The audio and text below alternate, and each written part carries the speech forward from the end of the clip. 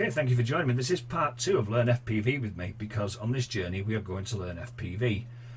You've seen the video on the Beta FPV Seaters Pro. That was fun, but I decided I want to get something with a little more oomph, something I can take out in the field.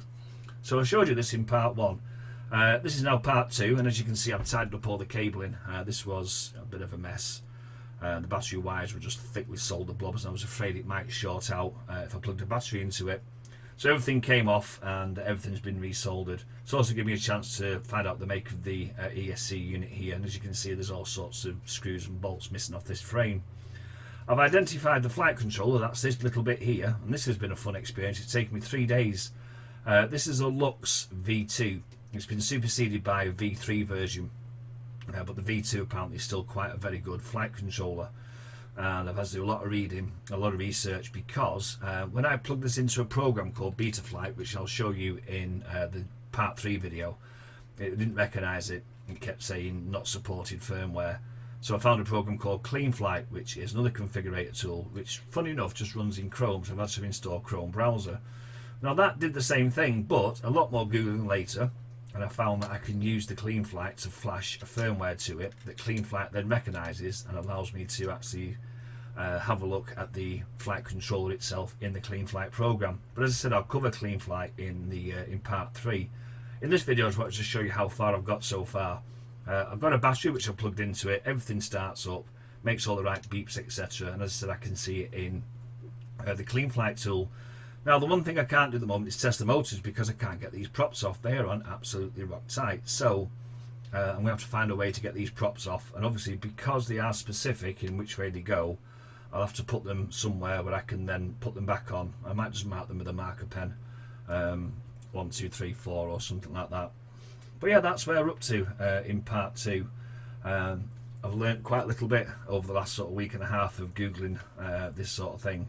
Now, I do need a receiver for that, but the first thing I do need, because once I brought this home and had a good look, I did realise that it's had a little bit of damage. There's screws missing from the motor. There's only 2 in that, 2 in that, 3 in that one, 4 in there. So I thought I'll have a look for a frame, and this was the frame I found. A 3-inch 3K carbon fibre FPV drum. It looks pretty much the same from what I can see. Hopefully it's the right one, and then I'll use that frame rather than the one I've got currently, because as I said, it's a little bit battered, a little bit worn.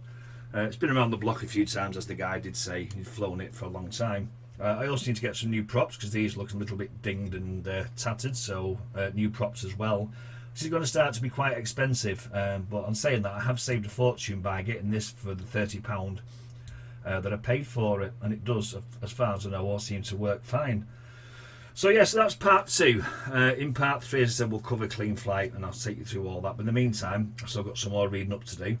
I have ordered a RX unit, which is this one. It's a Radio Master R81 2.4 gig 8-channel S-Bus nano receiver. Now it's compatible with FreeSky D8.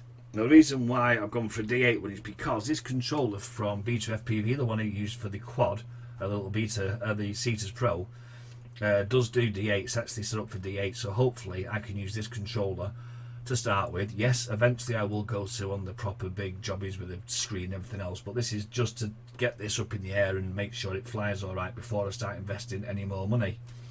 So that's going to be coming hopefully in the next couple of weeks, along with the frame.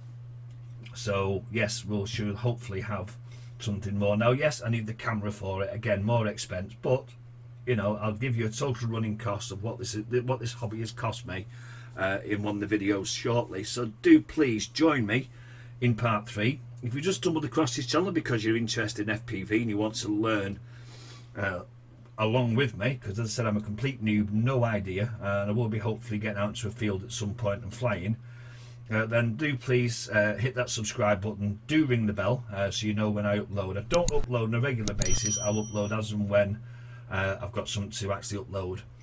And hopefully I'll see you in the next video.